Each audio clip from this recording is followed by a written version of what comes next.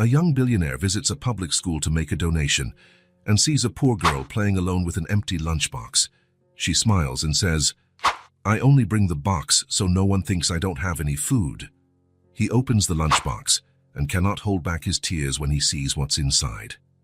Jack Turner drove purposefully through the city streets on a sunny Thursday afternoon. The late-day sun streamed through the windows of his imported car, reflecting on the leather dashboard as he searched for the right street. At 32, as the heir to the Turner Markets chain, Jack lived surrounded by luxury and privilege, yet something in his life didn't feel right. Endless meetings, financial reports, cold decisions based solely on numbers, none of it filled the emptiness that not even all his material possessions could erase. "It must be around here," he murmured to himself, slowing down as he approached a familiar corner. A few days ago, on his way back from a shareholders' meeting, Jack had passed by this area and noticed a small public school. It was nothing remarkable, just a simple building with a colorful playground and children playing. But that image stayed with him, a stark contrast to the corporate world he inhabited.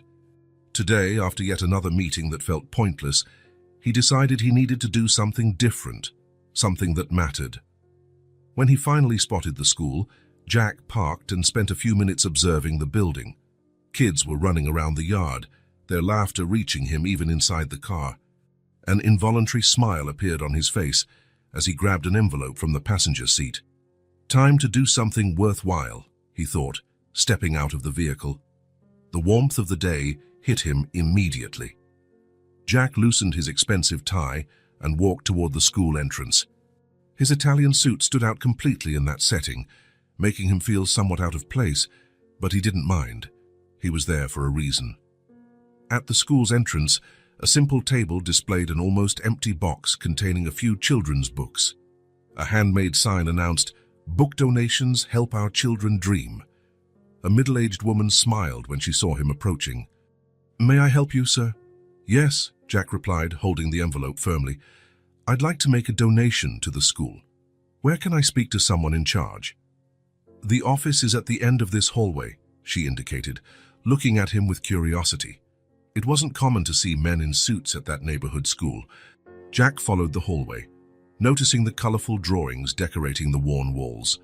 There was a genuineness in those children's sketches that even the expensive art in his apartment couldn't convey. After handing over the check at the office and politely declining the donation certificate they wanted to give him, Jack decided to look around a bit more. The office clerk, still surprised by the donation amount, said he was free to walk around the school as he pleased. "Recess is starting now. Maybe you'd like to see the kids in the cafeteria." "It's that way," she suggested, pointing down another corridor. Jack thanked her and walked in the indicated direction, hearing the growing noise of children's voices. The cafeteria was a large and simple space with long tables where the kids gathered to eat. Some had colorful lunchboxes, others received the school's free meals. That's when he saw her.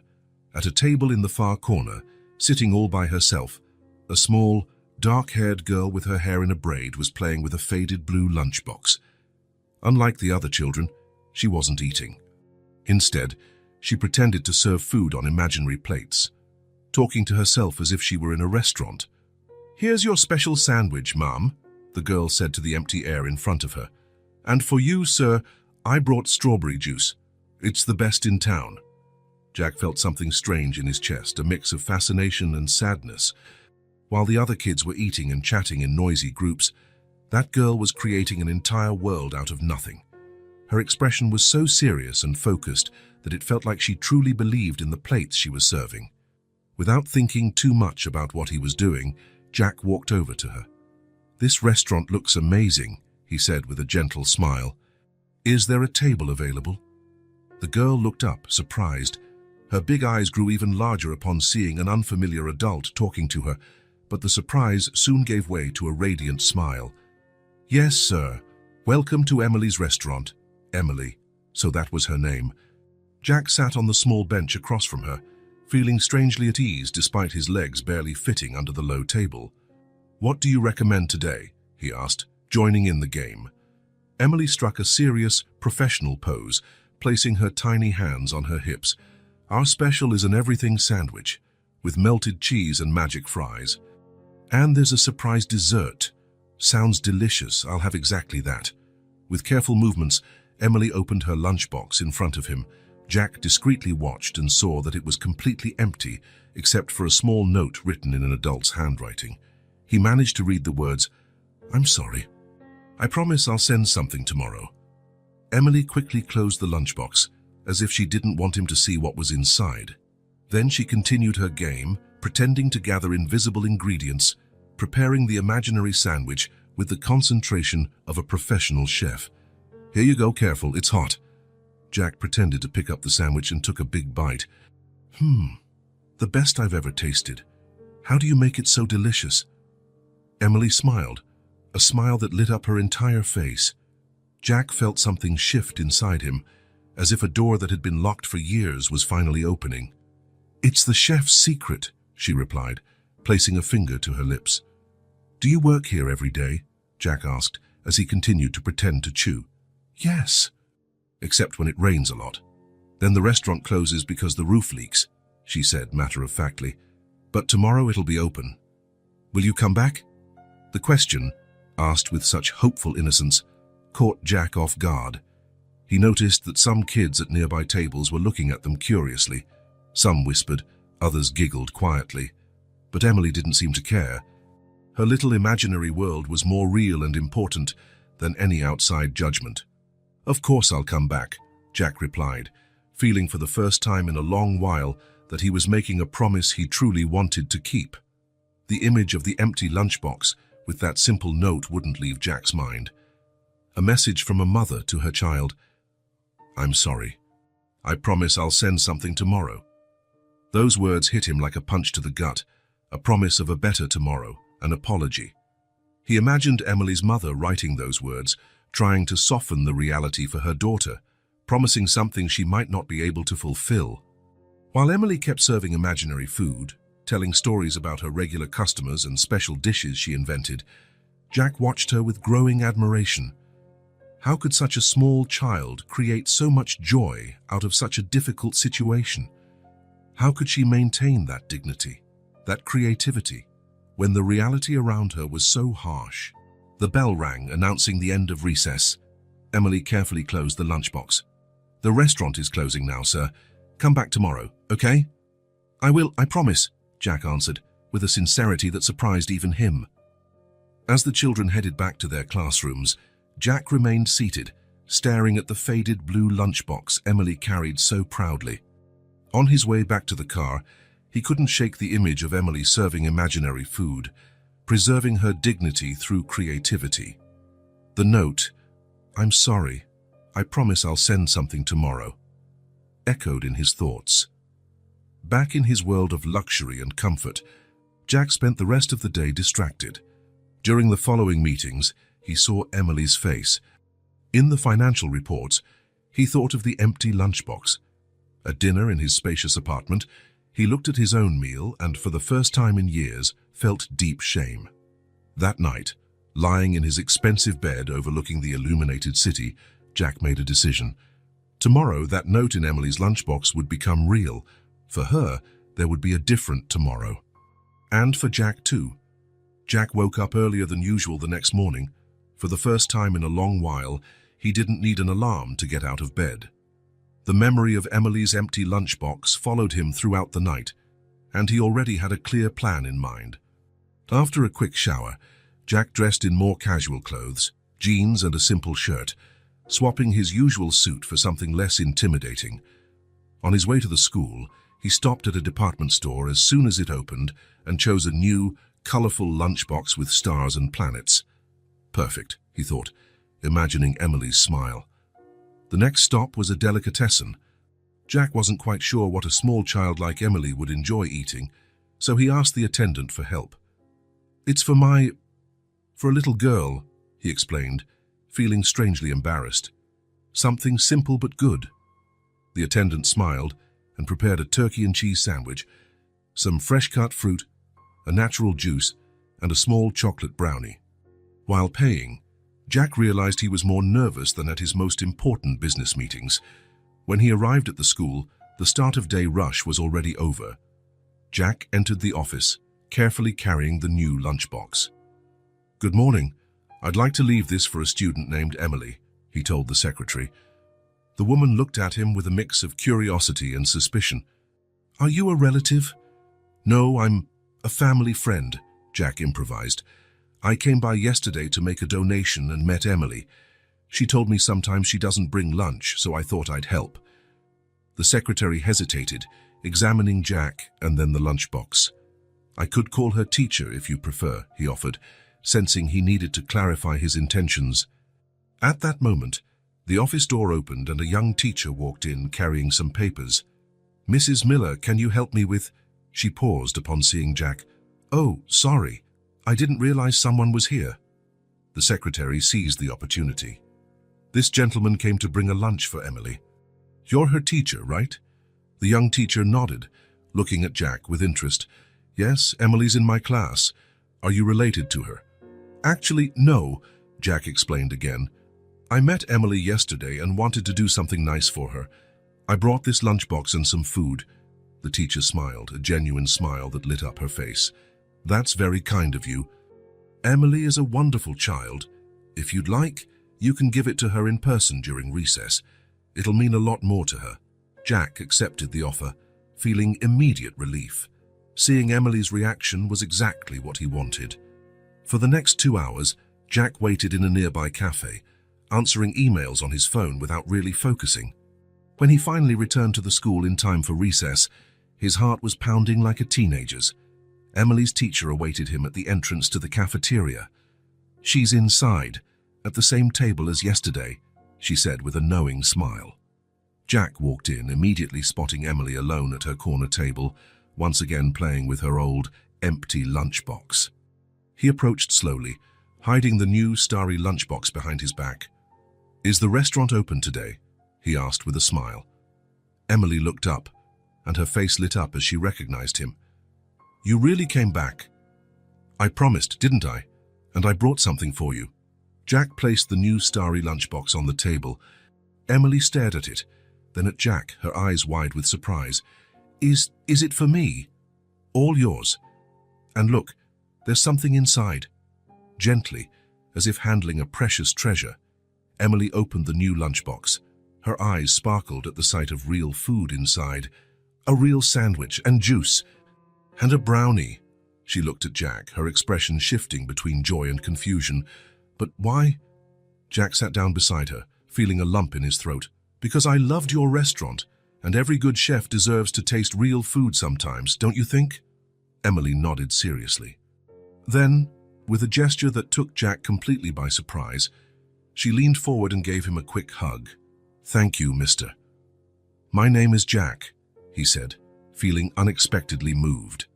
"Thank you, Jack," she repeated, before turning her attention to the sandwich.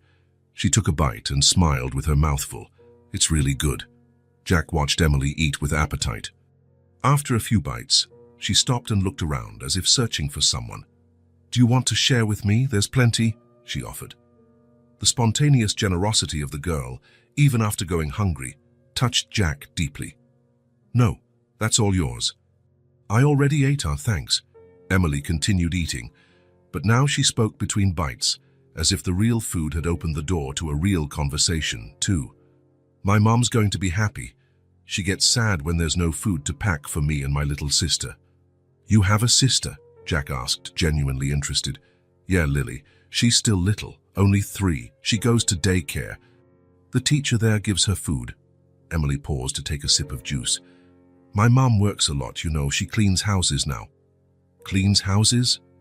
Emily nodded, her face showing an adult-like seriousness. "She lost her job at the supermarket. Now she cleans houses and sometimes sews. She does whatever she can." The girl smiled, a smile full of pride. "She's the best mom in the world." Jack felt a pang in his chest. The supermarket. Could it be that Emily's mother had worked at one of the Turner Market stores? "She must be a very special person," he commented, trying to keep his voice steady. "She is. She taught me how to play restaurant." Emily finished her sandwich and picked up the small container of fruit. "When we don't have real food, we pretend," Then my stomach doesn't hurt as much, you know? Jack swallowed hard. No, he didn't know. He had never truly been hungry in his privileged life. Is that why you have such a cool restaurant? He asked, trying to keep the tone light. Emily beamed with pride. Yes, one day I'll have a real restaurant, and no one will go hungry. Everyone will get to eat, even if they don't have money. The simple, generous dream of that little girl made Jack feel ashamed for all the times he had complained about his life. They chatted a bit longer, Emily telling him about her classes, about how she helped her mom care for her younger sister, about the different places they had lived. The bell rang, signaling the end of recess. Emily carefully saved the brownie she hadn't yet eaten. I'm going to take half for Lily, she explained, breaking the treat into 2 uneven pieces, one larger piece for her sister. Jack felt something shift inside him, like a missing puzzle piece finally clicking into place. This child, who had so little, was teaching him about generosity and love in a way none of his business mentors ever had. Can I come back tomorrow? Jack asked, feeling as vulnerable as a child.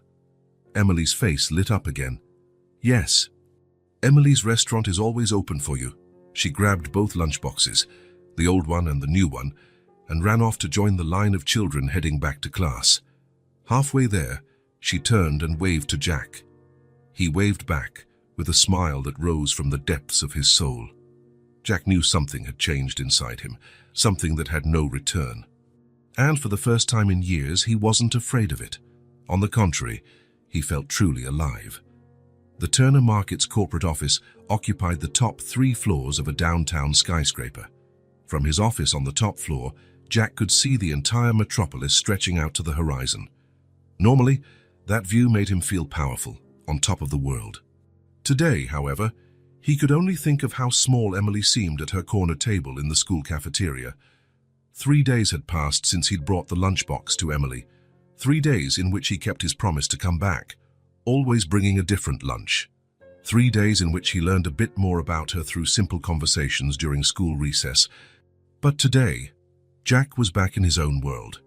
Sitting in his leather chair, he looked at his computer screen without really seeing the numbers on the spreadsheet. All he could see was Emily's smile when she received the new lunchbox. Jack, are you listening? His assistant's voice brought him back to reality. Martin was standing in front of him, holding a folder of documents, looking concerned. Sorry, Martin. What were you saying?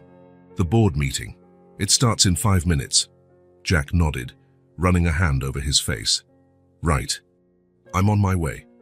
Throughout the meeting, as they discussed closing 3 more stores to optimize operations and maximize profit per square foot, Jack remained restless. Each time he heard terms like necessary staff reduction and structural adjustments, he thought of Emily talking about her mom losing her job. How many single mothers were hidden in those charts? How many other children like Emily were bringing empty lunchboxes to school? When the meeting finally ended, Jack felt a weight he'd never noticed before.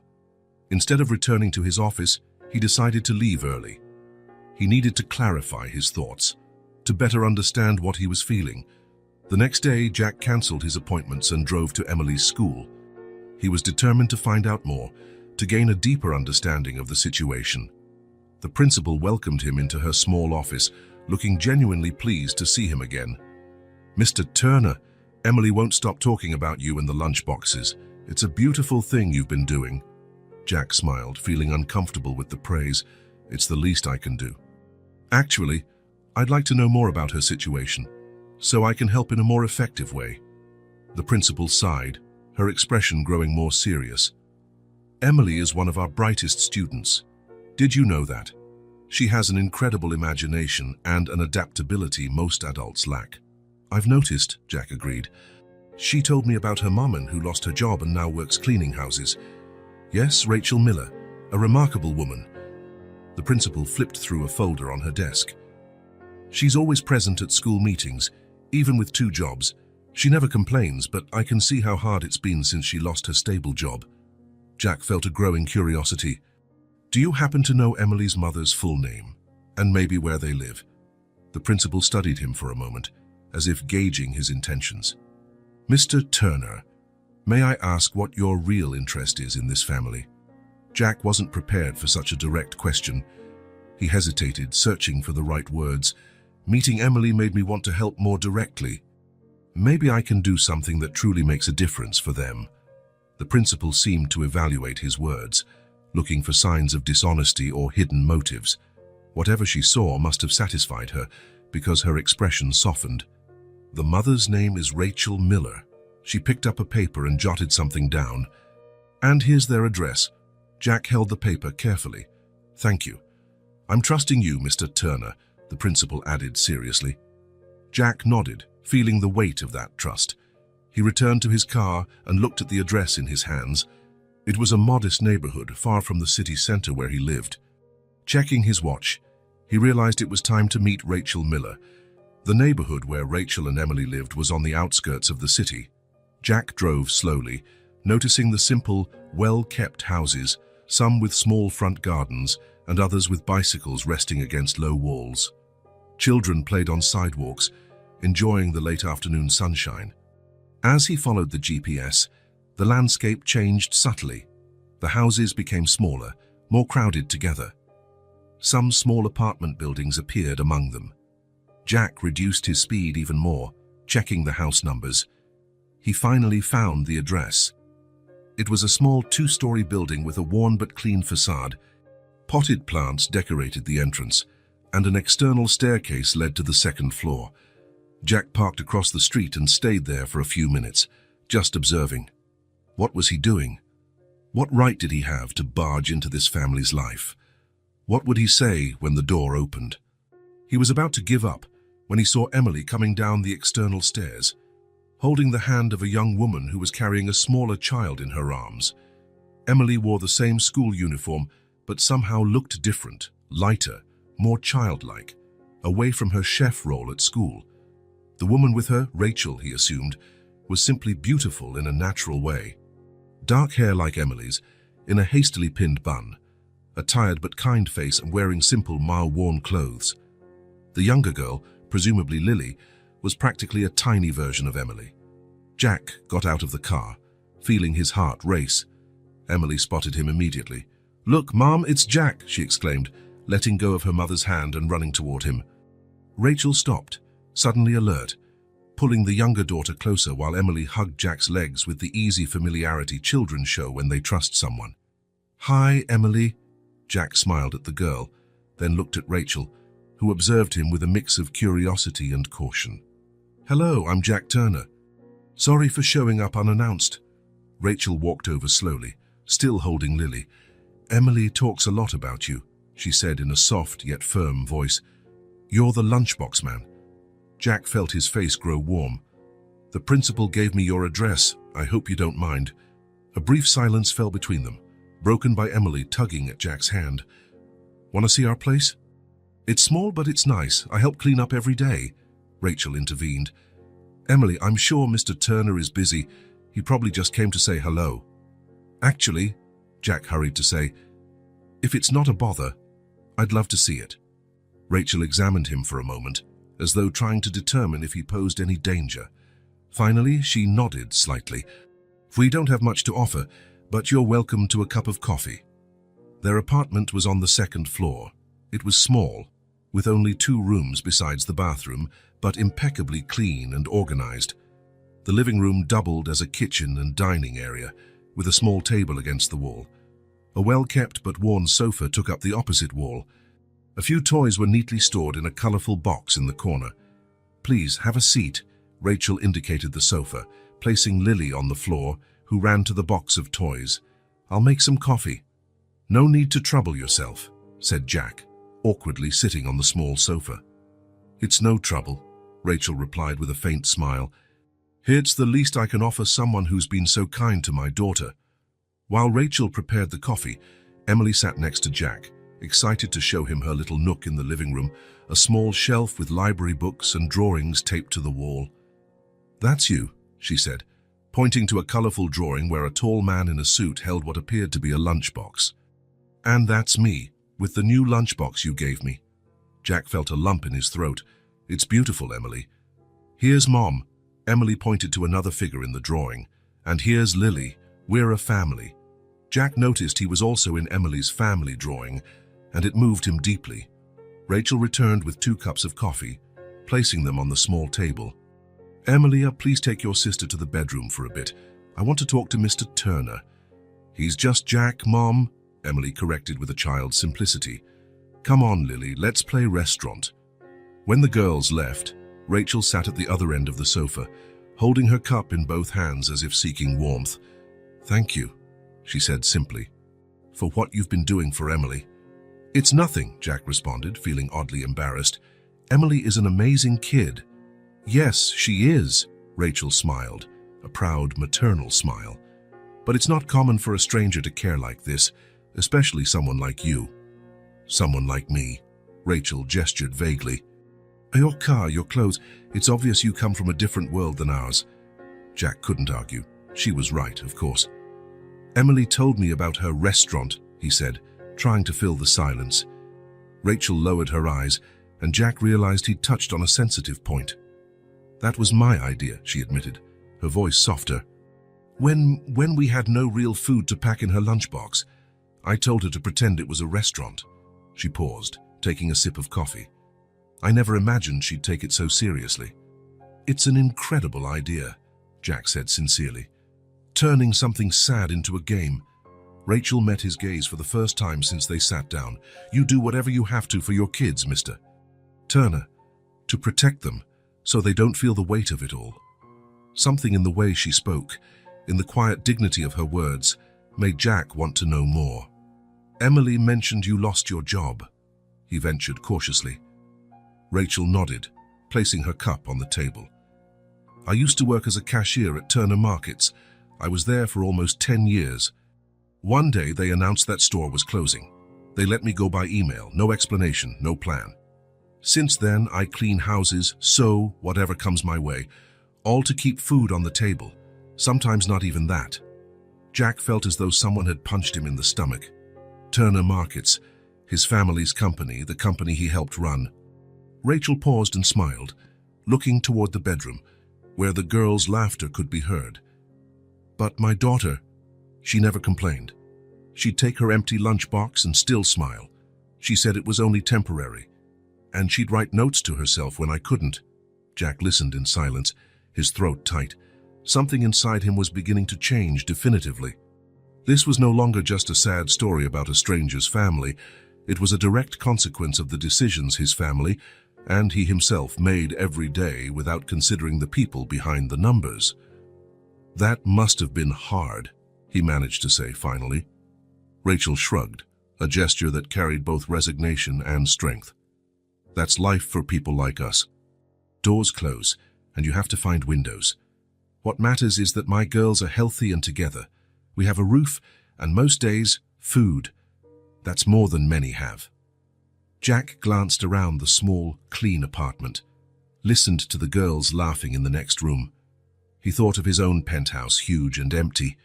How many meetings had he attended where they talked about staff optimization and downsizing unprofitable units? How many Rachel Millers had been affected by his decisions? "I didn't know," he said, more to himself than to her. "How could you?" Rachel answered, without bitterness in her voice. "The people making those decisions never see who's on the other side.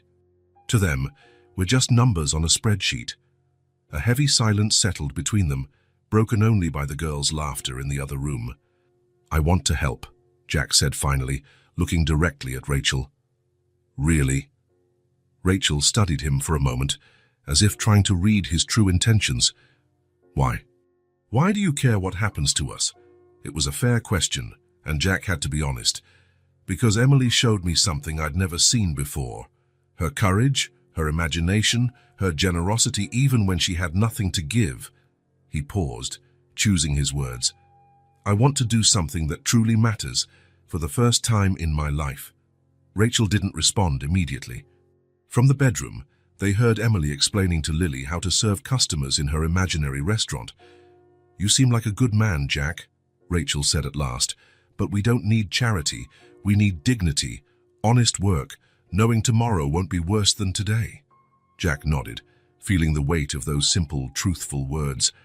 He didn't have an immediate answer, but he knew he couldn't just go back to his normal life after today. after seeing the home behind that lunchbox. Emily ran back into the room, holding a drawing. "I made this for you, Jack," she announced, handing him the colorful paper. It was a new drawing of Emily's restaurant, but this time with customers at the tables, including Jack, Rachel, and Lily.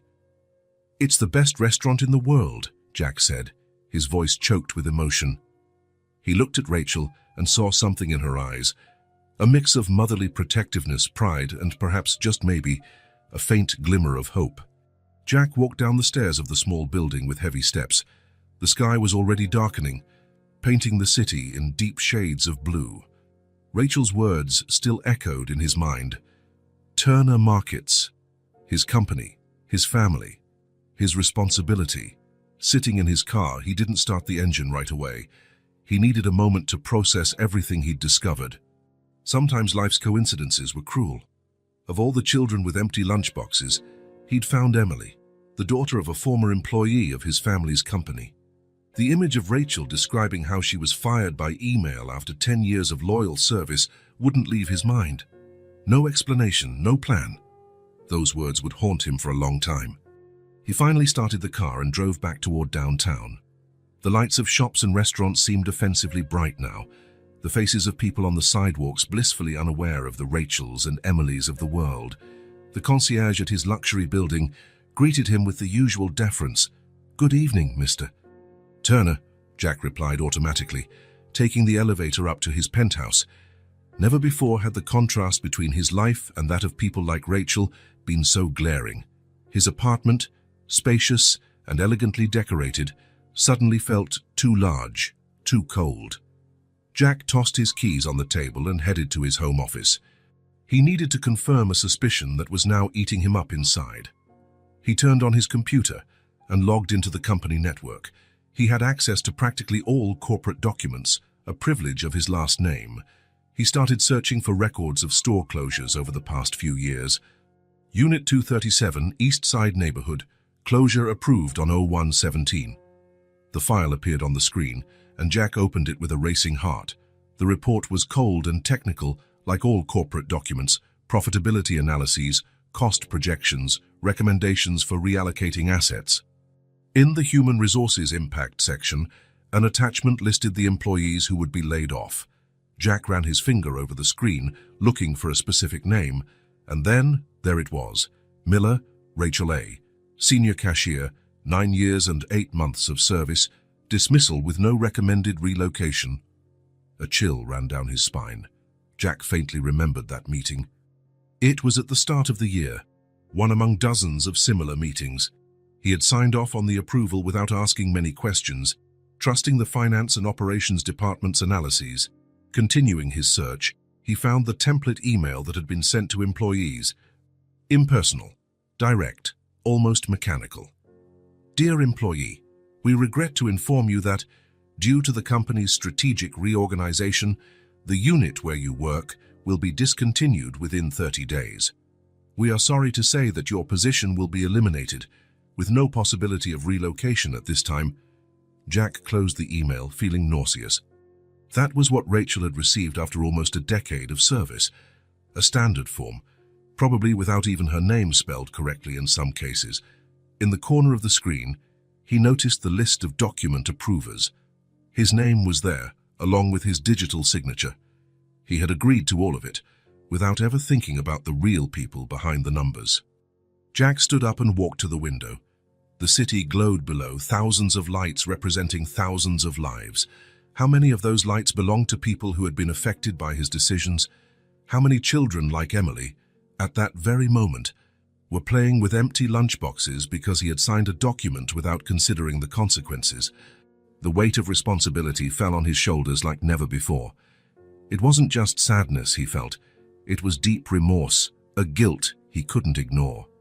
Jack returned to the computer and opened more reports, more emails, more documents. The story repeated itself in each file: cold decisions, lives irreparably changed. And his name, his signature, his silent participation in all of it. Hours passed as he dug deeper into the truth he had never wanted to see. By the time he pulled away from his desk, it was already past midnight. His body was exhausted, but his mind still raced. Jack poured himself a drink and sat on the dark sofa. The image of Emily offering imaginary food at her restaurant now carried a completely new meaning. It wasn't just a child's game, it was a survival strategy, a brave attempt to keep dignity, to transform hunger into something less painful. And that note in the lunchbox. "I'm sorry. I promise I'll send something tomorrow." How many times had Rachel written those words, promising what she didn't know if she could deliver? How many nights had she lain awake, worrying about what her daughters would eat the next day? All because of decisions like the ones he signed off on nearly every day. Jack set the glass on the table and walked to his bedroom. He lay on the king-size bed, staring at the ceiling. The silence of the apartment was deafening. Somewhere in the city, Emily and Lily were probably sleeping together in a small bed, while Rachel might still be awake, worried about bills, about the future. Sleep didn't come. Jack tossed and turned, tormented by thoughts and images. Emily drawing her restaurant, Rachel holding her coffee cup in both hands as if seeking warmth, Lily running to play with her older sister, oblivious to the hardships around them. Around 3 a.m, Jack got up. He knew he wouldn't sleep. He returned to the living room and sat down again, this time without a drink. For the first time in years, maybe for the first time in his life, he felt he had to do something truly brave. It wouldn't be easy. It wouldn't be comfortable. It wouldn't just be a matter of signing a generous check or making an anonymous donation. It had to be real, something that would truly make a difference. Not to ease his guilt, although the guilt was real and deserved, but to honor something he'd seen in that empty lunchbox, in that small and tidy apartment, in that family that refused to be defeated. He had seen hope, a stubborn, resilient hope that refused to give in, even in the toughest circumstances. A hope that deserved to be rewarded with actions, not just words or empty promises. When the sun began to rise, painting the sky pink and gold, Jack already had a plan. It wouldn't be simple. He would likely face resistance, maybe even ridicule. But for the first time in a long while, he felt he was about to do something that truly mattered. Something that might, just might, begin to correct a wrong that should never have happened. The Turner Market's headquarters occupied an imposing building in the city's financial district. The glass facade reflected the clear morning sky as employees hurried inside for another workday. Jack walked through the main lobby with determined steps, ignoring the respectful greetings he would normally return. His mind was focused on one thing, the conversation he would have with his father. Thomas Turner, founder and president of the supermarket chain, had just turned 65, but still had the vigor and resolve that had turned him from the owner of a small grocery store into one of the most successful businessmen in the region. He was a practical, direct man and, in many people's view, ruthless when it came to business. Jack had scheduled the meeting for early morning, knowing his father always arrived before everyone else. He needed this private moment, without other executives or the secretary who filtered information going to the president. "Good morning, son," Thomas's deep voice sounded as Jack entered the large presidential office. The older man was standing by the window, observing the slowly awakening city. "It's rare to see you here so early. Did something happen?" Jack took a deep breath before answering. "We need to talk about something important, Dad." Thomas turned around, studying his son with that penetrating gaze that intimidated far more experienced executives than Jack. "It looks serious. Have a seat." "I'd rather stand," Jack replied, sensing an uncommon firmness in his own voice. Thomas raised an eyebrow but didn't insist. He walked over to his desk and leaned against its edge, folding his arms. "I'm listening." Jack hadn't rehearsed what he would say. He just knew he had to be honest and direct. "I recently met a family. A single mother, 2 young daughters. The mother worked at one of our stores for almost 10 years. She was let go when we closed the East Side store." Thomas remained impassive. "We've closed many stores in recent years, Jack. It's part of the business. The unprofitable ones make way for us to invest in more promising locations." "I know. I signed off on almost all those approvals." Jack paused. "But I'd never seen the other side of the equation. The real people affected by our decisions." "Business is business," Thomas replied with a sigh. "We can't save everyone." I'm not talking about saving everyone. I'm talking about this specific family. Jack stepped closer, maintaining eye contact. Her name is Rachel Miller. She was fired by email with no adequate notice, no transition plan. Now she cleans houses to support her daughters. The older one, Emily, brings an empty lunchbox to school and pretends she's serving food. Thomas frowned. How did you meet this family? It's a long story. The important thing is that I saw firsthand the impact of our decisions I helped make. A heavy silence filled the office. Thomas studied his son with a complex expression, a mix of surprise, respect, and perhaps a trace of concern. So, what do you intend to do about it? He asked at last. Jack had been expecting this question. I want to rehire her. Give her a new position in the company with stability and respect. Something that makes use of her skills and experience, but also offers a better future for her and her daughters. Thomas uncrossed his arms and walked slowly to the coffee machine in the corner of the room. He poured himself a cup before replying, You know we can't make exceptions like this. We have protocols, hiring policies. If we do this for one former employee, we'll have to do it for all. I'm not asking us to change the company's entire policy, Jack countered, standing his ground. I'm saying that in this specific case, we made a mistake, and I want to fix it. Thomas took a sip of his coffee, watching his son over the rim of the cup. Something in Jack's gaze seemed different, a determination Thomas wasn't used to seeing. Why is this so important to you, Jack? It's just one among hundreds of layoffs we approve every year. Jack thought for a moment. It was a fair question. Because I saw the face behind the numbers, Dad. I saw a dignified woman struggling to keep hope alive for her daughters. I saw a little girl turning hunger into a game, so her mother wouldn't feel guilty. He paused to choose his words.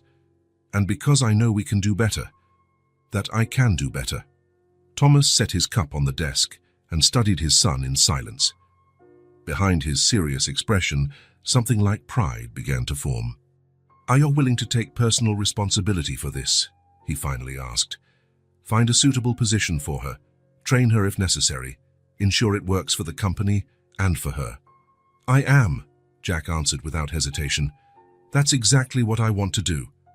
Thomas walked until he stood face to face with his son. It won't be easy. The board will question it. Other executives will talk. Some will say you're acting out of sentimentality rather than business logic. Let them talk. Jack kept his gaze steady. I'm not trying to revolutionize the company. I just want to correct something we did wrong. And maybe in the process, remind everyone that there are real people behind every decision we make. A flicker of a smile crossed Thomas's usually serious face. You know, your grandfather used to say that a good business benefits all parties involved. Maybe we've lost sight of that a bit in recent years. He paused.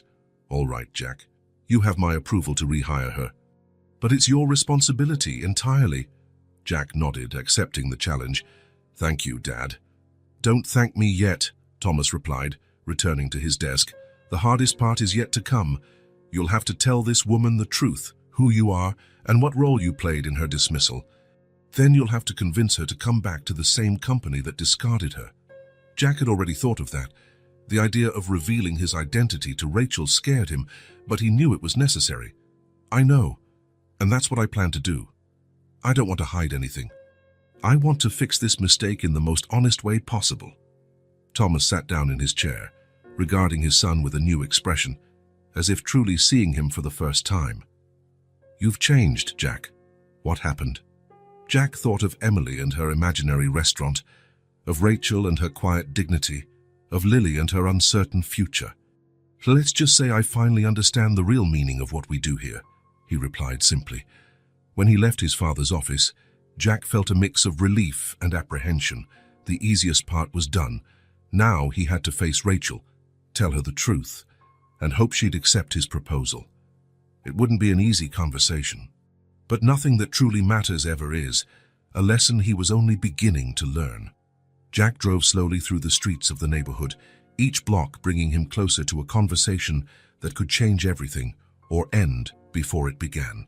The small building where Rachel and the girls lived looked more intimidating today. It was late Saturday afternoon, a time Jack had confirmed with the school principal, as the best chance to find Rachel at home. He parked his car and stayed there for a few minutes, mentally rehearsing what he would say, how to explain who he really was, how to talk about his part in the decision that changed her life. There was no easy way, only the honest way. With that thought, Jack got out of the car and headed to the building. He climbed the external stairs with heavy steps, feeling each one as part of a redemption path that had just begun. When he knocked on the door, he heard children's laughter on the other side. That sound calmed him a bit. He remembered why he was here. It wasn't about him or his guilt. It was about doing the right thing. Rachel opened the door, wearing simple home clothes with her hair pulled into a casual ponytail. Her face registered surprise, followed by a timid smile. "Jack, we weren't expecting you today." Before he could answer, Emily came running up behind her mom, Lily trailing just a few steps behind. "Jack, did you come to play restaurant with us?" He smiled at the girl, feeling the weight of what he was about to reveal. "Hi, Emily. Actually, I came to talk to your mom about something important." Rachel noticed the seriousness in his voice and nodded. "Emily, take Lily to the bedroom and show her that new game you got from school, okay?" Emily looked ready to protest, but something in her mother's expression made her agree. "Okay, but then can Jack play with us?" "We'll see," Rachel answered, running a hand through her daughter's hair. "Go on now." Once the girls were gone, Rachel invited Jack inside, indicating the couch. "Would you like some coffee?" "No, thank you," he replied, remaining on his feet. He felt too restless to sit. "Rachel, I need to tell you something. Something I should have said from the start." She crossed her arms, a posture that instinctively showed defense. "What is it?" Jack took a deep breath. "Now or never. My full name is Jack Turner. My family owns Turner Markets." The silence that followed was deafening. Rachel stared at him, frozen, as if processing each word slowly. Her eyes widened, and the color drained from her face. "Turner Markets." Her voice was almost a whisper. "Yes," Jack confirmed, keeping his gaze steady, despite the urge to look away. "The company you worked at for almost 10 years. Rachel stepped back, as if she needed physical distance to process the information. Her eyes, once warm, now scrutinized him with confusion and distrust. "Why didn't you tell me before? Why—" She stopped, realization dawning on her face. "Is that why you got close to Emily? Because of my dismissal?" "No," Jack said quickly. "When I met Emily, I had no idea who she was. It was a coincidence, I swear. I only found out the connection after I first visited you, when you mentioned working at Turner Markets." Rachel backed away further, sitting down on one of the chairs by the small dining table. Her eyes remained locked on Jack's, searching for any hint of falsehood. "Why are you telling me this now?" Jack approached slowly, keeping a respectful distance. "Because you deserve to know the whole truth." He paused, choosing his words carefully. "Rachel, I'm not just the son of the owner, I'm one of the executives who approved the closure of the store where you worked." The impact of that revelation hit Rachel like a wave. Her shoulders sagged, and she raised a hand to her lips to stifle her reaction. "You—" She couldn't finish the sentence. Jack felt his throat tighten. It was even worse than he'd imagined. Seeing Rachel's face, the real pain in her eyes, was far different from thinking abstractly about affected employees. "When I found out, I went digging into the records. I saw your name on the layoff list. I saw the impersonal email we sent. I saw there was no attempt to find another position for you, despite your great track record." Rachel stayed silent, just watching him, as if each word were another blow. "What I'm trying to say, Rachel, is that I'm so sorry. Deeply." Jack took another step forward, almost pleading with his eyes. "I never thought of the real people behind those decisions, the real impacts, the families, the empty lunchboxes." At the mention of the lunchboxes, Rachel's expression shifted. A flicker of vulnerability crossed her face, soon replaced by a closed expression. "Why are you telling me all this now? What do you want from me?" "Forgiveness." Her voice trembled slightly, but there was a firmness to it as well. Dignity. Jack shook his head. I didn't come expecting forgiveness. I came because you deserve to know the truth, and also, he hesitated, aware of how his next words might sound. I came to offer something concrete. Not as charity, but as a way to correct a wrong. Rachel waited, still wary but clearly intrigued. We're opening a new store in the mid-city area, bigger, with specialized sections. We need a manager for the customer service department. Jack paused. I want to offer you that position. The shock was evident on Rachel's face. Of all the things she might have expected, that proposal probably wasn't one of them. Manager, I was a cashier. A cashier with nearly 10 years' experience, with excellent performance reviews, with deep knowledge of our processes and values. Jack gave a small smile. Also, anyone who manages to raise 2 daughters alone under these conditions has more management skills than most of our executives. Rachel didn't smile back. She was still trying to process it all, grasping the implications. Why would you do that? Is it remorse? Guilt? Jack considered the question. It would be easy to deny, to say it was purely based on her merits, but he had promised himself to be honest. Initially, yes. When I discovered the connection, I felt guilty. But now it's about doing the right thing.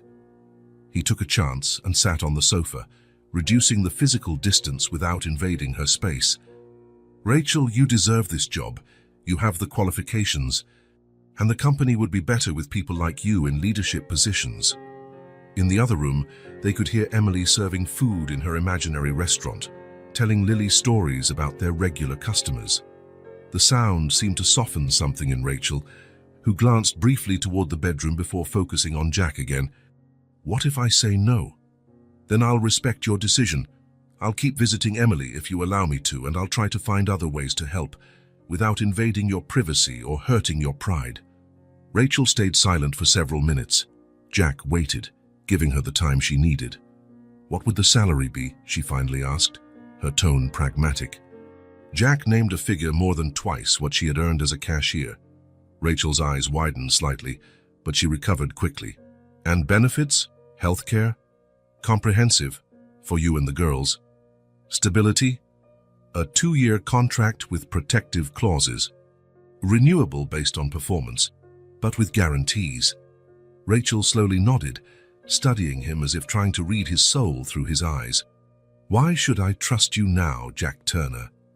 The question took him by surprise, not because of the question itself, but because of the raw honesty behind it. Because now I know who you are, Rachel Miller. Not a name on a spreadsheet, not a number in a statistic. A real person with real daughters, with real dreams and fears. He gave a gentle smile. And because I made a promise to your daughter about restaurants and lunches, and I intend to keep it. A flicker of a smile crossed Rachel's face. She really does adore you, you know. Ever since the first day, she hasn't stopped talking about my friend Jack. Jack felt his heart clench. She's an incredible child. Yes, she is. Rachel looked down at her hands, then back at Jack. I'll think about your offer. I can't decide right now. Of course, I completely understand. Completely. Take the time you need. At that moment, Emily rushed back into the living room, Lily close behind. Mom, can we show Jack our drawings? Rachel and Jack exchanged a look, and she nodded, a silent agreement that the serious conversation was done for now. Sure, sweetheart. In no time, Jack was surrounded by colorful drawings, with Emily animatedly explaining every detail. The easy interaction and simple joy of the children contrasted sharply with the tension of the talk they'd just had. By the time he said goodbye, night had fallen. He thanked Rachel for the honest conversation and promised Emily he'd come back soon. I'll think about everything you said, Rachel whispered at the door so the girls wouldn't hear. And thank you for being honest, at least, Jack nodded. It's the least you deserve. 3 days later, Jack received a call at the office. It was Rachel. I accept the job, she said without preamble, but on one condition. What condition? I want to be evaluated by the same standards as any other employee. No special treatment. If I'm not good enough, you'll have to tell me. Jack smiled, admiring that woman's dignity. Deal. The new Turner Market store in the mid-city area was truly impressive. With 2 floors, gourmet and organic sections, plus a full bakery, it represented the new direction the chain wanted to take. Rachel started working there 2 weeks after that decisive phone call. The first days were tough. Although she knew the company's processes well, the manager position was new to her. There was a learning curve, and some suspicious glances from other managers who wondered how a former cashier had gotten such a promotion. But Rachel surprised everyone with her dedication and practical knowledge of daily store operations. She knew exactly what customers were looking for, understood the frustrations of frontline employees, and had practical ideas to improve everyone's experience. Jack visited her regularly at the store, keeping things professional in the workplace, but he soon began frequenting their home on weekends, bringing books for Emily and educational toys for Lily.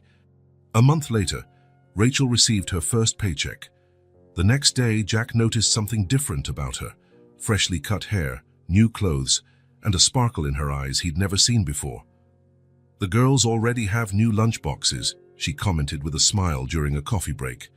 "And we're looking for a bigger apartment, closer to school." Jack felt a sense of satisfaction no corporate profit had ever given him. "I'm really happy to hear that." At home, Emily had changed, too. She still played restaurant, but now with real ingredients, preparing little snacks for everyone.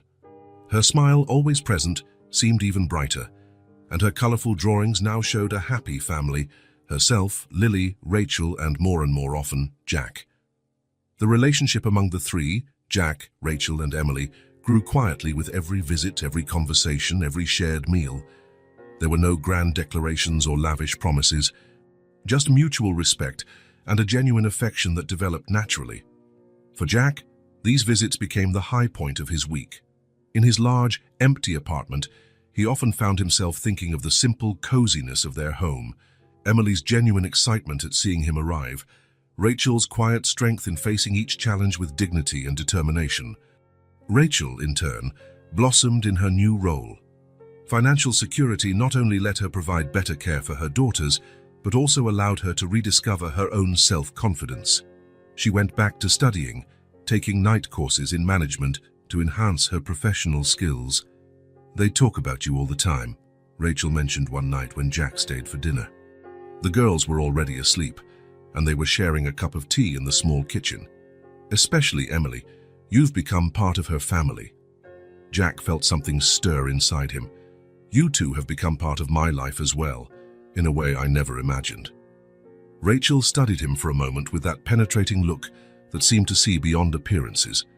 "You know what impresses me most about you, Jack? It's not that you tried to fix a mistake, it's that you really changed. I see it in how you treat the store employees, in the small adjustments you're implementing at the company." Jack had never thought of it that way, but Rachel was right. His encounter with Emily and her empty lunchbox had transformed not just his actions but his perspective on life. "I still have a lot to learn," he admitted. Rachel smiled, a warm smile that lit up her entire face. "We all do." That night, when he left the apartment, Jack knew something fundamental had shifted in his life. The truth had been revealed, not just to Rachel but to himself. And from the ashes of that painful discovery, something new and genuine was beginning to bloom. A new beginning, built not on lies or guilt, but on honesty and mutual respect. A chance for redemption, not just for him but for everyone involved. And it all started with an empty lunchbox and a little girl who refused to let tough circumstances wipe the smile from her face. The aroma of fresh bread and tomato sauce filled the small apartment when Jack knocked on the door that Sunday morning. 3 months had passed since Rachel began working at the new Turner Market store, and a lot had changed in their lives. Rachel opened the door with a warm smile, wearing a simple apron over casual clothes. Her hair was pinned in a relaxed bun, a few strands framing her face. There was a lightness about her that Jack was still getting used to, a quiet confidence that grew every week. "Right on time," she said, stepping aside so he could enter. "Emily is so excited. She hasn't stopped asking when you'd get here." Jack walked in, carrying a small paper bag. "I brought dessert, nothing fancy, just some sweets from a bakery near my place." "You didn't have to," she replied, but her smile showed she appreciated the gesture. The apartment was the same, but it felt different.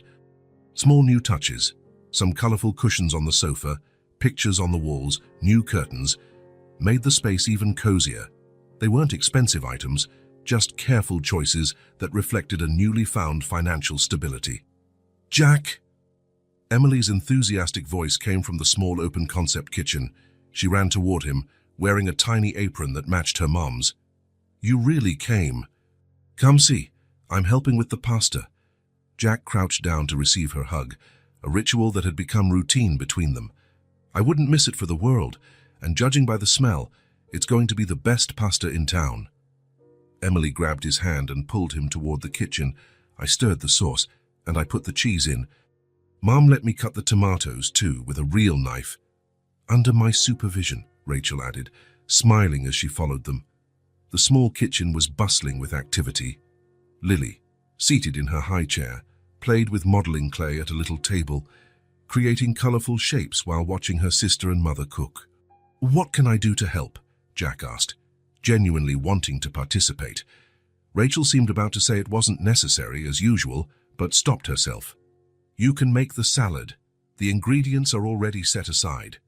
Jack took off his jacket and rolled up his sleeves, feeling comfortable in the tight space where three people moved in near-perfect coordination.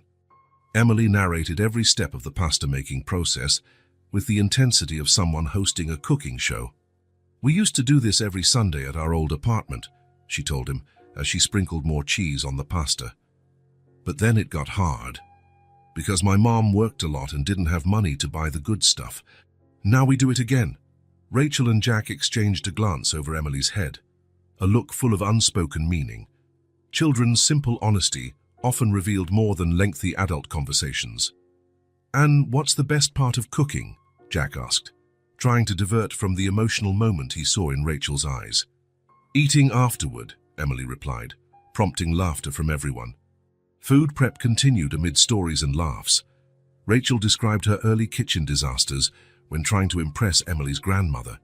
Jack shared memories of the time he tried to cook dinner to impress his first girlfriend and nearly set his apartment on fire. "You had a girlfriend?" Emily asked with the straightforward curiosity of children. "A long time ago," Jack answered, chopping tomatoes for the salad. "Why don't you have one now?" Emily pressed on. "Emily," Rachel gently scolded. "That's very personal." Jack smiled. "It's okay. Maybe I never found the right person. Or maybe I was too busy working to notice when I did." His eyes met Rachel's for a moment, and something unspoken passed between them before they both looked away, slightly embarrassed. When they finally sat down at the table, the simple meal felt like a banquet.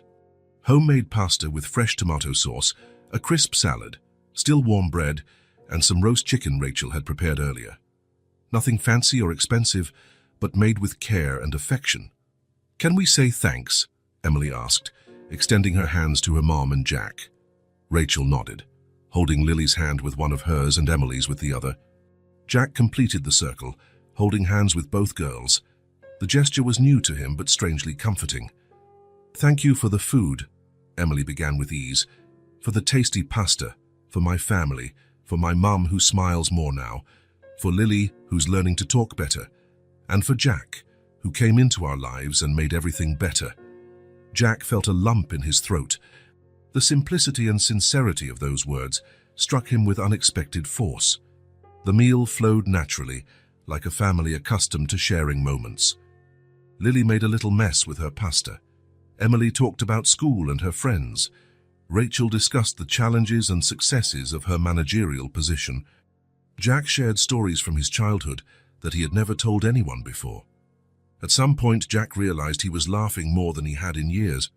There was a lightness to that Sunday lunch, a sense of belonging he'd never felt before, not even with his own family. When they finished eating and the children left the table to play, Jack helped Rachel clean up, working in a comfortable silence that didn't need filling. "Thank you for coming," Rachel said at last, putting away the last dishes. "It means a lot to the girls." "And to you," Jack ventured, risking a level of honesty he usually avoided. Rachel smiled, open and genuine. "It means a lot to me, too." Later, As they all settled into the small living room to watch a movie Emily had picked out, Jack found himself looking at the faces around him. Rachel, relaxed and smiling. Emily, leaning against his shoulder with the trust of someone who feels safe. Lily, dozing on her mother's lap. For the first time in a long while, maybe for the first time ever, Jack felt like he truly belonged. Not as part of a family obligation or a business commitment, but part of a genuine connection born out of the most unexpected circumstances.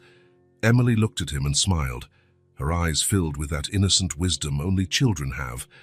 "I'm glad you came into our life, Jack," she said softly, as if sharing a secret. Jack smiled back, unable to put into words how much that simple family had transformed his own life. "Me too, Emily," he finally answered. "Me too." Fall was painting the trees around the school in shades of gold and red. Rachel adjusted her scarf as she waited for Emily to get out of class. The cool breeze ruffled her hair, but she barely noticed. Her thoughts were on her daughter and on how much their lives had changed over the past few weeks. Her new work schedule allowed her to pick up Emily from school 3 times a week, a simple luxury she couldn't afford before. As manager of the new Turner Market store, Rachel had the flexibility to arrange her agenda. It still felt odd, that new status, this new life. Sometimes she needed a few seconds upon waking to remember she no longer had to run between different cleaning jobs all day.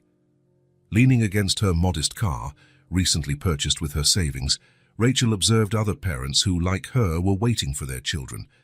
Not long ago, she would have been the last to arrive, exhausted after a full day's work, often missing the chance to chat with teachers or other parents. Now, she was here, right on time, feeling part of that community. The bell rang, and soon the schoolyard was filled with the cheerful chatter of children. Rachel smiled as she spotted Emily leaving the building, proudly carrying her lunchbox, now always full, and chatting animatedly with a friend. "Hi, Mom," Emily ran toward her, eyes shining. "I've got something to tell you." Rachel crouched to hug her. "What is it, my love?" "My teacher cried today because of my lunch." Rachel frowned in confusion. "She cried? What do you mean?" Emily adjusted her backpack, taking on that serious expression she used whenever she recounted something important. "She saw the note you put in my lunchbox and got teary. Then she hugged me and said I was a lucky girl."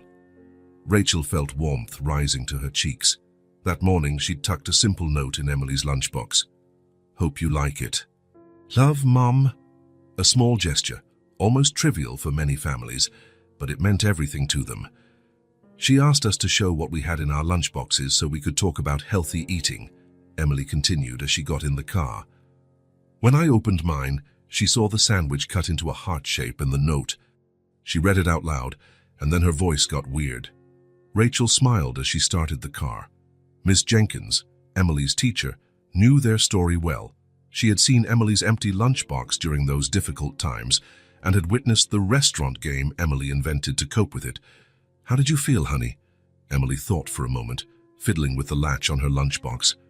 "Happy and a little proud, because now everyone knows my mum makes the best lunches and writes the best notes." Rachel reached out and gently squeezed her daughter's hand, feeling a lump in her throat. Simple gestures, small things, a sandwich, a note. For many, nothing special. For them, a daily victory, a silent sign that they had overcome the darkest days. On the way home, they passed by the new Turner Market store where Rachel worked. Emily looked out the window, pointing excitedly. "Can we visit Jack today?" "Not today, sweetie. He's at an important meeting in another city, remember? But he'll be coming to dinner on Friday." Emily nodded, satisfied with the answer. Jack's presence had become as natural as sunrise in their lives, no longer a surprise, but a comforting certainty. At home, while Rachel prepared a snack for Lily, who was playing with colorful blocks in the living room, Emily approached with a thoughtful expression. "Mom," she said after a moment of silence, "Ms. Jenkins said there'll be a special presentation next week. Each student will talk about something important to them. I want to talk about the restaurant." Rachel paused what she was doing, giving her daughter her full attention. "Which restaurant, honey?" "Mine. The empty lunchbox restaurant." Emily spoke with total ease, no trace of shame or sadness. I want to tell everyone how we used to pretend when there wasn't any real food, and how things are different now. Ms. Jenkins said it's an important story. Rachel felt her heart race.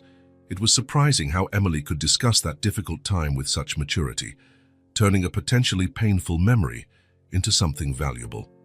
Are you sure you want to talk about it in front of everyone? Emily nodded confidently. Yes, and I want you and Jack to come watch. Jack too.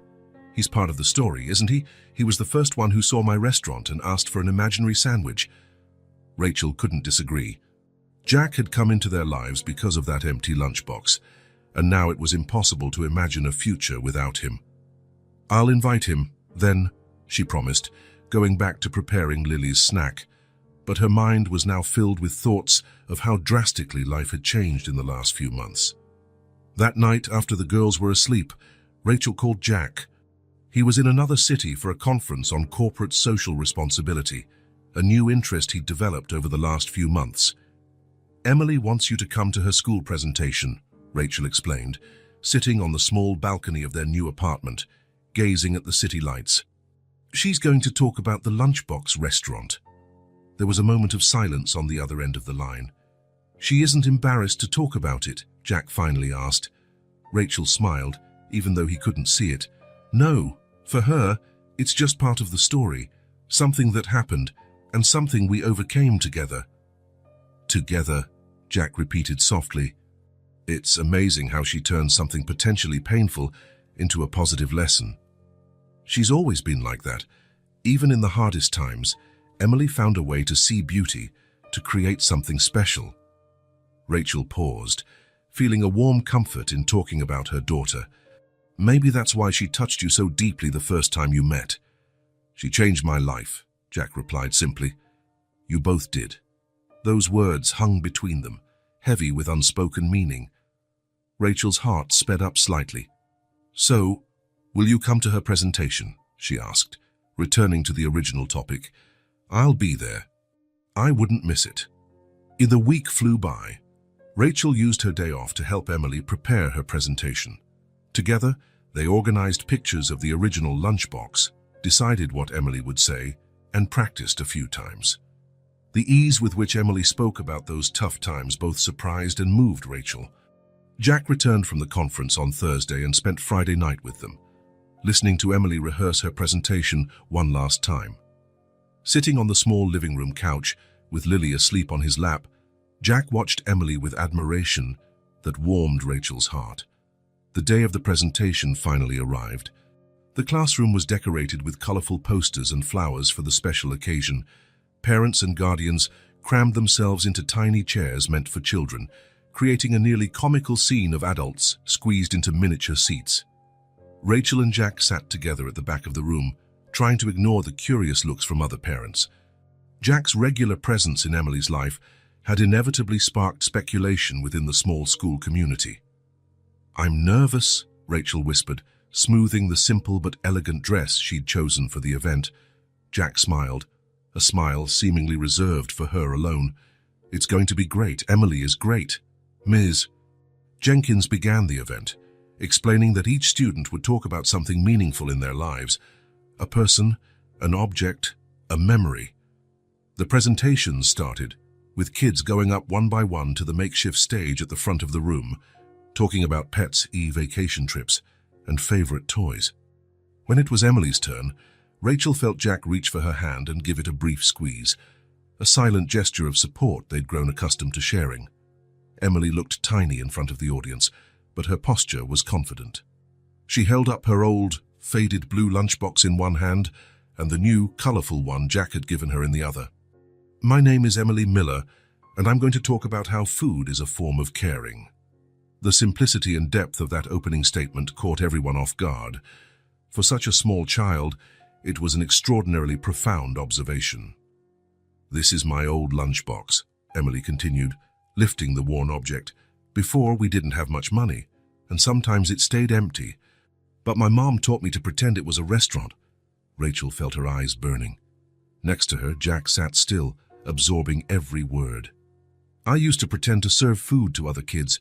It was fun, and that way nobody knew I didn't have real lunch. Emily smiled, without a hint of self-pity. My mom would write me notes, promising that soon we'd have real food again. She always kept her promises, even if it was just a little bit of bread. The room was completely silent. Some parents looked uncomfortable, perhaps confronted with a reality they preferred to ignore. Others were visibly moved. Miss Jenkins watched with tears threatening to spill. One day, a man came to the school and asked to sit in my restaurant. Emily looked directly at Jack, her face lighting up. It was Jack. He was my first real customer. He pretended to eat my imaginary food and came back the next day with a new lunchbox filled with real food. Jack looked down, visibly emotional. Rachel gave his hand a gentle squeeze. Now my mum has a good job, and our life changed. My lunchbox is always full. Emily held up the new, colorful one. But I still play restaurant sometimes, because I learned that food isn't just to kill hunger, it's a way to show you care. Emily paused, scanning the audience with a seriousness far beyond her few years. When someone makes food for you, they're saying, I care about you. When you share your lunch, you're saying, you matter to me. My mom always took care of me, even when we almost had nothing. And now she can show that care with special lunches and loving notes. Rachel could no longer hold back her tears. They ran silently down her cheeks. Jack wasn't doing much better, discreetly blinking away tears. So when you eat today, remember that food is more than just food. It's care, it's love, it's family. Emily smiled, concluding simply, that's my story. Thanks for listening. The applause that followed was warm and genuine. Emily gave a small bow before returning to her seat, obviously proud of her presentation. Rachel looked at Jack, seeing he was just as moved as she was. Something in the simplicity of Emily's message, in the honesty of her words, had touched everyone in the room. Without meaning to, they exchanged a look of mutual understanding, one that said more than words could. When the session ended and the kids were released for a brief reception in the courtyard, several parents approached Rachel, offering kind words and admiring looks. Emily's story had touched the community in a way Rachel never expected. Your daughter is amazing, said one mother Rachel only knew in passing. Such maturity, such wisdom. Thank you, Rachel replied, still emotional. She's always been like that, finding light even in the darkest moments. Jack stayed by her side throughout the reception, a calm and reassuring presence. Their interactions did not go unnoticed, shared smiles, natural closeness, the way they seemed to orbit each other even while talking with other people. Ms. Jenkins approached, holding Emily's 2 lunchboxes. She asked me to keep both, the teacher explained. She said they're both important to her story. The woman hesitated before adding, in my 20 years of teaching, I've seen many children go through hardships, but very few have Emily's ability to turn adversity into something beautiful. Rachel nodded, speechless with pride. She looked over her shoulder, searching for Emily, and saw her at the center of the courtyard, surrounded by classmates, probably sharing more about her restaurant. Even from a distance, Rachel could see the sparkle in her eyes, the confidence in her gestures. I think I learn more from her than she does from me, Rachel commented quietly. Jackie, who had joined them, smiled. I agree. Emily has a wisdom most adults never reach. Ms. Jenkins glanced from one to the other, a small smile on her lips. You make a lovely family, she said, before moving on to greet other parents. The word family lingered in the air between them. Neither spoke about it, but both felt its weight, its promise, its truth yet to be fully expressed. Driving back home, with Emily asleep in the back seat after the excitement of the day, Rachel and Jack spoke in hushed voices. Would you like to have dinner with us tonight? Rachel asked. Emily mentioned she wants to cook something special to celebrate her presentation. I'd love to, Jack replied. I need to stop by my apartment to grab some documents, but I can be at your place in an hour. When they arrived at the apartment, Emily woke up energized after her quick nap. Discovering that Jack would return for dinner, she insisted on making something special. I want to make macaroni and cheese. Can I, Mom? It's super easy. You just need to help me with the stove, Emily said, already taking off her school uniform and changing into casual clothes. Rachel agreed, charmed by her daughter's enthusiasm. They spent the next hour in the kitchen, preparing a simple meal with love. Lily, awake from her own nap, sat in her high chair, helping by stirring her own bowl of pretend ingredients. When Jack arrived, he was greeted by the inviting smell of homemade cooking and the sound of laughter coming from the kitchen. He paused at the entrance, watching the domestic scene, Rachel stirring something on the stove, Emily hopping at her side giving instructions, Lily gleefully banging a spoon in her little bowl. "Jack!" Emily exclaimed when she saw him. "Right on time! We're making special mac and cheese to celebrate." Rachel glanced over her shoulder and smiled, a smile that warmed Jack from within. "I hope you're hungry," she teased. "Starving," he replied, stepping into the small kitchen. "Need me to do anything?" "You can set the table," Emily instructed. "But it has to be fancy, like in a real restaurant." Jack took that job seriously, arranging the simple table with the care of a maître at a fine dining establishment. He found cloth napkins in a cabinet and folded them into elegant shapes, placing utensils neatly. Emily supervised with approval, occasionally directing him on where to place the cups or how to fold the napkins more precisely. When they finally sat down to eat, the table was transformed, simple yet special. Small candles, found in a drawer, lit the center, and each place setting was thoughtfully arranged. "Welcome to Emily's restaurant," the girl announced formally, taking on the role of hostess. "Tonight's dish is special mac and cheese, made by the chef and her assistant." Rachel smiled at Jack across the table, her eyes shining in the candlelight. There was a comforting intimacy in that moment, a sense of belonging both felt but had yet to name. Emily served the mac and cheese with the intense focus of a professional chef, ensuring each plate got the same amount and topping them with freshly chopped parsley. "To make it look pretty like on cooking shows," she explained. "Before we eat, I want to make a toast," Jack said, raising his glass of water. "To the best presentation I've ever seen, and to the most talented chef I know." Emily blushed happily, raising her own glass. "And to the best customer of my restaurant." Rachel completed the toast. "To family." The simple word echoed around the table, laden with meaning. The glance Rachel and Jack exchanged confirmed a silent understanding, an unspoken promise. The meal was lively, with Emily recounting her favorite moments from the presentation, Lily occasionally chiming in with half-formed words, and Rachel and Jack trading stories about their days. To an outside observer, they looked like any normal family, sharing a meal, laughing together, creating memories. And in many ways, that was exactly what they had become. After dinner, while Emily insisted on showing Jack her latest drawing in the bedroom, Rachel began clearing the table. Through the open doorway, she watched Jack patiently sitting on the floor, admiring Emily's artwork as she explained every detail. The scene was so natural, so right, that Rachel felt a warmth spread in her chest. Out of adversity, something beautiful had taken root, not just financial security or material comfort, but a deep, meaningful human bond. When Jack finally said goodnight late that evening, there was a moment at the door, just a brief instant, where everything seemed possible.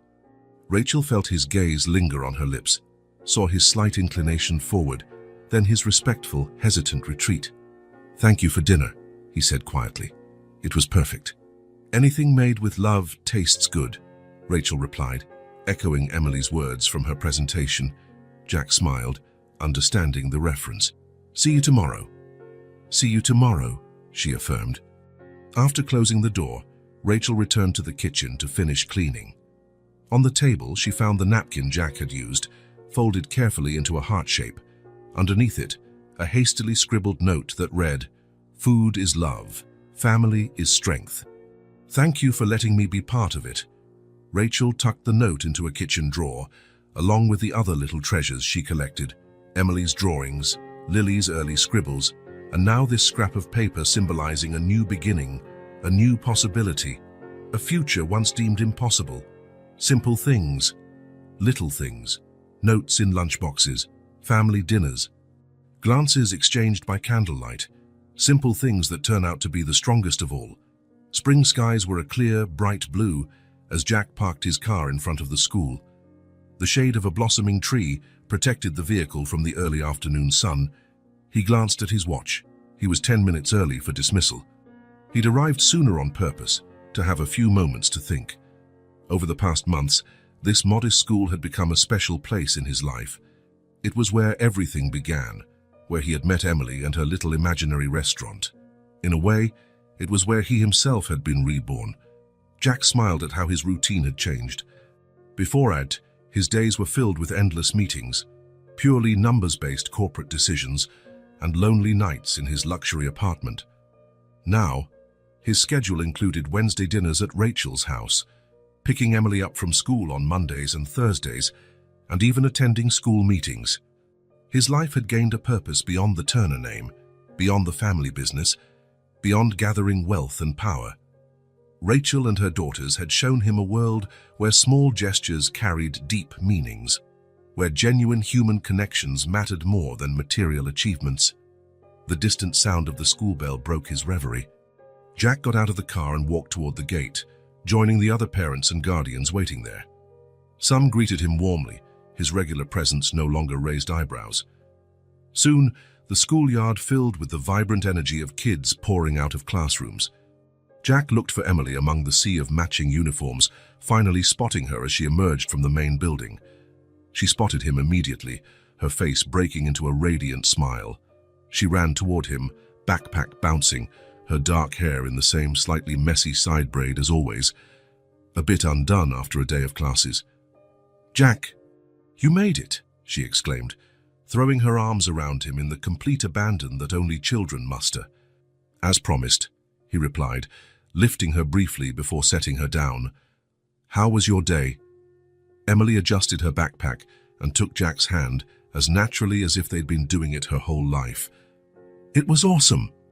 I got a good grade on my math test, and my teacher used my drawing to decorate our door." She paused, as if suddenly remembering something important. "And guess what else happened?" "What?" asked Jack, genuinely curious, as they made their way toward the car. "I shared my lunch with Mia today. She never brings anything, and so I said she could have half of mine. Like you did for me once." Jack felt his chest tighten. He stopped in mid-step, gazing at this tiny child whose heart seemed bigger than her whole body. The simplicity of her gesture, her spontaneous generosity, the natural way Emily turned her own difficult past into empathy, all of it moved him deeply. "That was really kind of you, Emily," he said, his voice slightly choked. Emily shrugged, as though it were no big deal. "Mia's nice, and my mum's sandwich was too good not to share. It had melted cheese and everything." As they continued to the car, Jack glanced over the schoolyard. His newly aware eyes noticed details he might have missed before: a girl quickly hiding an empty lunchbox so her friends wouldn't see, a boy sitting alone, pretending not to be hungry, another child watching sadly as classmates ate. How many more Emilys were here? How many other empty lunchboxes? How many imaginary restaurants opened every day in that yard?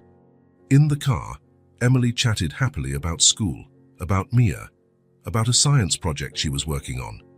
Jack listened, responded, asked questions, but part of his mind was racing in another direction. An idea was forming, growing more concrete with every block they passed. When they reached the front of Rachel's building, Jack made an impulsive decision. "Emily, would you mind if we went back to the school for a few minutes? I forgot to discuss something important with the principal." Emily agreed immediately, always up for a small adventure. "I can show you my new drawing on the classroom door." Back at the school, the courtyard was almost empty. Only a few children stayed for extracurricular activities or were waiting to be picked up. Jack held Emily's hand as they entered the building. "You can go show me your drawing after I talk to the principal, okay? I promise I won't be long." Emily nodded and ran off down the hallway toward her classroom, knowing the route by heart. Jack headed for the principal's office, a new resolve in his step. The secretary recognized him, and after a brief call, said the principal could see him. Jack was led into the familiar office, where Nancy Conrad, the principal, greeted him warmly. "Mr. Turner, what a pleasant surprise. Is Emily all right?" "She's great," Jack answered, taking a seat. "Actually, I'm here about something that involves her and the whole school." The principal leaned forward slightly, showing interest. Jack organized his thoughts, wanting to express exactly what he felt. Today, Emily told me she shared her lunch with a classmate who didn't have any food. It reminded me of when I shared food with her a few months ago. And it got me thinking. Jack paused, looking the principal in the eye. How many kids in this school come without lunch? How many feel hungry or ashamed during recess? Principal Conrad's expression grew more serious. More than we'd like to admit, Mr. Turner. We have some assistance programs, but resources are limited. And for many families, there's a stigma around asking for help that's as painful as hunger itself. Jack nodded, understanding completely. He had seen that dignified pride in Rachel when he first met her, refusing to show the extent of her struggles. That's why I'm here. I want to help. Let's provide food for all the children from now on. No one should feel ashamed for not having a lunch, and no one should go hungry. The principal stared at him for a moment, as if trying to process what she'd just heard. Mr. Turner, are you talking about a complete meal program? Jack finished. Breakfast and lunch for every child, every day. No distinctions, no need to single out who can or can't afford it. Good food, nutritious for everyone. Nancy Conrad adjusted her glasses, visibly moved. That would be extraordinary. But the cost? Turner Markets will provide it all, Jack said firmly. Fresh, nutritious, varied food. We can start next week if you agree. The idea had emerged impulsively, but the more Jack spoke, the more convinced he became that it was the right thing to do. It was a tangible way to turn his own path toward redemption into something bigger, something that would impact not just Emily but dozens of other children. Principal Conrad still seemed to be absorbing the proposal. It's very generous, Mr. Turner. We'd need school board approval, but I'm sure— Leave that to me, Jack interrupted gently. I'll prepare a formal proposal with all the necessary details. I have connections on the board who can help speed up the process. Nancy Conrad studied him for a moment, as if seeing something new in his face. Why are you doing this, Mr. Turner? The question was simple yet profound. Jack thought of Emily's empty lunchbox, of her smile as she served imaginary food, of her generosity in sharing with Mia. He thought of Rachel, fighting to keep her dignity in the worst times. Because I learned that sometimes the things that seem small, a lunch, a note in a lunchbox, can mean everything to someone. And because I can make a difference, Principal Conrad reached across the desk and clasped Jack's hand. You have no idea what this means. For them, for us. Jack smiled, this time without guilt, but with purpose. The following week was intense. Jack assembled a team at Turner Markets to develop the program. Nutritionists were consulted, suppliers were contacted, contracts were drafted. Rachel became an invaluable consultant, offering practical insights and a deep understanding of the community's needs. Jack personally presented the proposal to the school board. Leveraging all his influence and powers of persuasion, he was surprised to find that, when the cause was genuine, his business acumen became even more effective. The following Monday, the Lunch for Everyone program was officially launched. A small kitchen was set up on school grounds, equipped with appliances donated by Turner Markets. 2 employees were hired specifically to prepare fresh meals every morning. 3 days later, Jack returned to the school to deliver additional supplies he had promised. Books for the library, art materials, sports equipment that complemented the meal program. He'd insisted that the project be comprehensive, addressing not only physical hunger, but also the hunger for knowledge, expression, and experiences. Walking into the school courtyard, he was greeted by a heartwarming sight. Kids were scattered everywhere, all enjoying the same healthy meals. No separation, no stigma. Laughter filled the air, and there was a new atmosphere, lighter, happier. As soon as Emily saw him, she ran over, her face radiant as ever. Jack! Today the school gave lunch to everyone, she exclaimed, gesturing excitedly to the courtyard. Now nobody feels embarrassed. Mia smiled. Jack knelt down so he was at her level, feeling a wave of emotion he didn't try to hide. Emily threw her arms around his neck in a spontaneous hug. You're my best friend, she said softly, with the pure sincerity only children possess. Jack hugged her back, feeling those simple words echo inside him, reaching places he hadn't known existed. "And you're one of the most important people I've ever met," he replied, equally sincere. When Emily went back to play with her friends, promising to show Jack her new drawing before they left, he continued toward the principal's office to drop off the extra supplies. On the way, he passed a newly installed bulletin board in the main hallway. "Lunch for Everyone Project, What It Means to Me," read the title. Below it, dozens of colorful drawings made by the students, one in particular, placed at the center of the board, immediately drew his attention.